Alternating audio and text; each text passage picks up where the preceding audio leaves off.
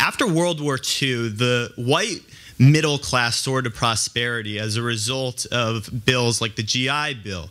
And African Americans who were coming home from war didn't get those benefits simply because they were African American. The U.S. Department of Veteran Affairs denied African Americans access to those benefits simply because of their race. And you are correct in saying that no one today dealt with that particular issue. With that being said, however, there was wealth amassed as a result of those programs that still exists today. And when I think of your example about an individual who works as a janitor and sees people dining in a beautiful cafe walking home from work, I want to ask you, do you think any of that indignation, given certain circumstances, might actually be justified simply because there have been systematic blocks in people's way throughout American history, not ending with slavery, not ending with the Jim Crow laws, not ending, some would say even today, we still have housing discrimination, all of which is to say, you found that during the Cold War era, there was a massive boom in the white middle class's prosperity, and you just didn't have that among African Americans, not because they weren't meritorious, but because they were discriminated against. So, let me ask, you know, we're in a very smart college. It's worth pursuing a discussion on these points. So there are Americans whose present benefits are due to past advantage. By the way, this past advantage, which is often assumed to continue with the white man, actually goes all the way back to the beginning. The American Indians who were here first, right, had a huge advantage. We presume that they owned the whole country. Now, how do you, by the way, let's pause for a moment. How do you get to own a country? If you have Cain and Abel is a shepherd, and Cain is a farmer, and Cain says, okay, I'm not going to put a fence around the whole world. I own it, because I'm the only guy here. You're a shepherd. And my descendants will now inherit the earth, and anybody who shows up is a usurper. Rousseau says that the first guy who puts up a fence and claims he owns something is a con man. So the American Indians came. They happened to be first. They came in a bunch of tribes. The Navajos who got the land took it from the Hopi or the Pueblo. Their law of the jungle was conquest. That's how they got the land. There's a big fight about the Black Hills that I cover in the film. The Sioux who got the Black Hills took it from the Cheyenne. So when we say, oh, give us the land back, are you going to turn around and give it back to the Cheyenne? Oh, no. It's ours. Really? How come you own it forever now? So what I'm getting at here is history is very complicated. Let me give you an example of India so we can look at this at the level of theory. Okay? India was invaded by the British, and earlier by the Afghans, and the Persians, and the Mongols. So you have all these successive invasions, right? Are you actually saying that you believe in a rule of social justice today that says globally, let's look at this as a global rule of justice, I'm going to figure out whose ancestors did what to whom, and I'm going to return goods that were illicitly taken from the beginning to the people who had it originally. Do you believe that that's a viable way to organize our society?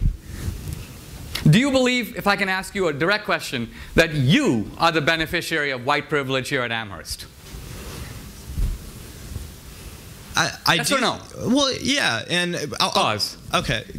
If you are,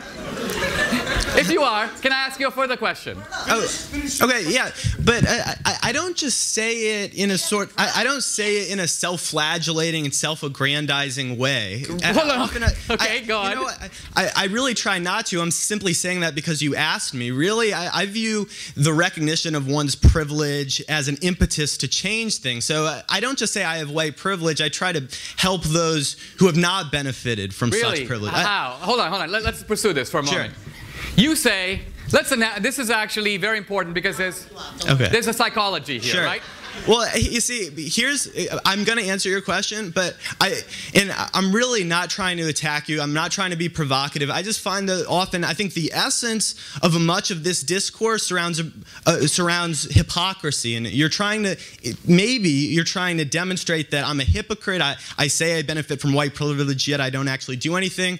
But I'm gonna backpedal and say that ultimately I think what the greatest vice is cruelty, and I don't want to be hypocritical. So to answer your question, I'll start in high school. I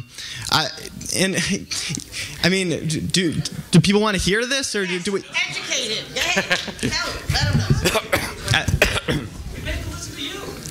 Look, let me say where I'm going with this, because I think you're...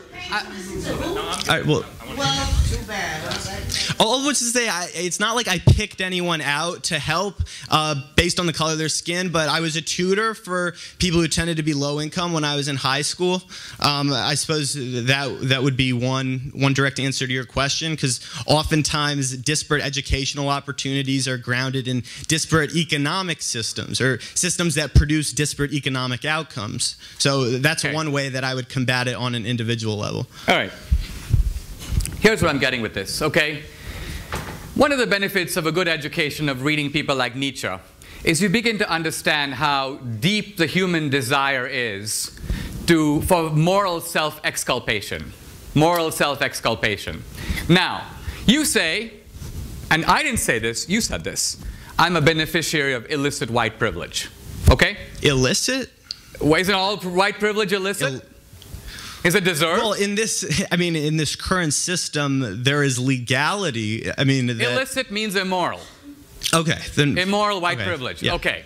So then if I were to say to you, there are surely many deserving minorities who would like to come to Amherst but have the inherited disadvantage of American history. Therefore, since you are an acknowledged beneficiary of illicit privilege, would you be willing to step aside voluntarily, putting your own moral mouth where your self-proclaimed virtue is, and give your seat, not my seat. I realize you may be super generous with other people's advantages and favor affirmative action, so other white kids who apply to Amherst are turned away to open spaces for minorities. But I'm not talking about you acting out your virtue on them. I'm talking about you acting out your virtue on you.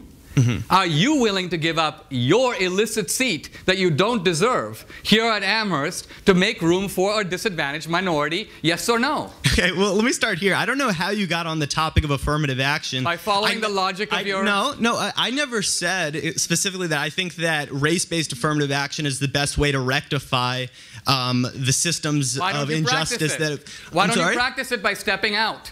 And why don't you go to the registrar tomorrow and tell him you want to withdraw from Amherst? Are you listening to what he just said to you? Get on. Yeah. I'm listening. Think about it. Go ahead. Okay, well, I mean, look, I'm only continuing to engage because you continue to engage with me, and I do want to hear other people's questions. But in response to that, again, what you're trying to demonstrate is that everyone's hypocritical. As someone once said, that we're all dirty up to our arms, right? We're not all perfect. None of us is perfectly morally consistent. Now, I've said absolutely nothing about affirmative action. The fact is that I believe everyone in this room is hypocritical to some degree, but that doesn't mean that we shouldn't strive for a more just and equitable system entirely. There have been points in my life in which I have given up some of the privileges with which I have been endowed simply because I realized that it wasn't the right thing to do. At the same time, I think everyone needs to survive, and that we understand that we exist in an imperfect system, and that we have to conduct our business in such a way as to not only adhere to our moral standards, but to the standards imposed upon us by the system in which we live. And I think that we have to be generous to people in their efforts to not be hypocritical and to do their best, but I don't think that we should totally throw away the idea that we shouldn't have those standards at all.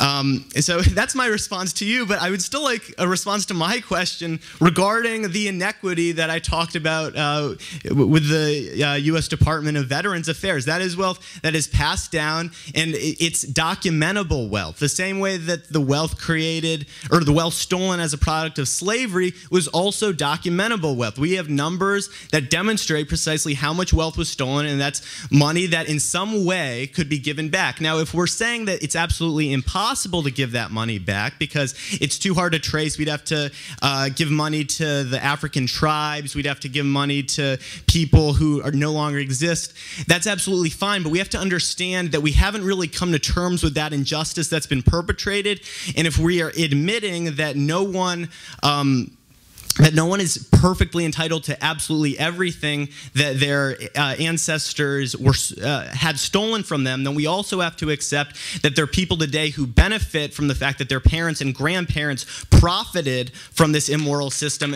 And the way to deal with that is with a social safety net that enables everyone to thrive. I'll leave you there. Yes. Well,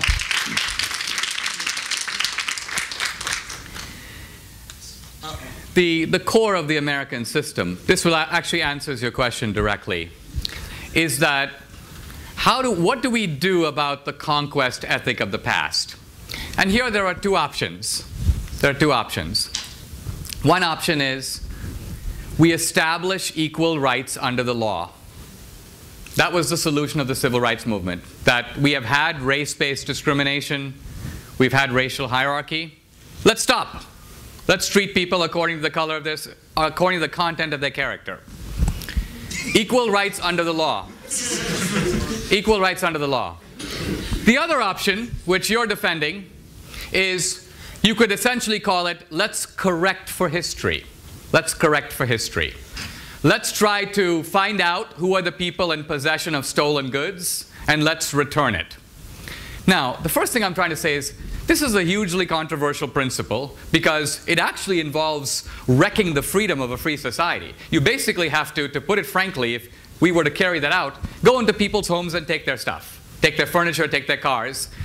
You don't seem to have even the guts to do that. You don't have the moral self-confidence to do it yourself. It may be, if I am advocating a rule of social justice and I'm advocating it for the whole society, before I persuade everybody else, let's say I'm a Christian and I believe everybody should give 10% of their wealth to help the poor. And I go, you know what? The Bible says this, the Bible says that, everybody should give 10% of their wealth to help the poor. And somebody says, Dinesh, are you giving 10% of your wealth? And I'm like, actually no, but I did do some tutoring. And you go, wait a minute, aren't you advocating, aren't you saying that there is a moral duty to do this? Why don't you do it? Before you convince us, you do it. And you're like, I don't think I should do it because society is extremely complex, and I don't think I should do it unless everybody else does it. No, either you believe in it and you do it. Once you've done it, you might impress us. And then you might convince the rest of us that our wealth is also ill-gotten. But you can't do it. And I'm not trying to indict everybody of hypocrisy, only you. Because you're the one who said, I'm the beneficiary of illicit privilege. So you're a really good starting point, because I'm asking, if you're in possession of stolen goods, why aren't you willing to return them? So that's why fundamentally I see your charity. You know, during the Civil War, there was a guy who goes, I'm very happy to give, I've given 3 cousins to the war and I'm ready to sacrifice my wife's brother. That's basically your ethics. You're willing to have social justice if other people pay, but you're not willing to pay. So that's the problem. And that's the problem with the progressivism that marches behind social justice while protecting its own privileges. You know how you said, we all have to survive. Really? You have to be at Amherst to survive? You don't have to be at Amherst to survive. You have to be at Amherst to benefit.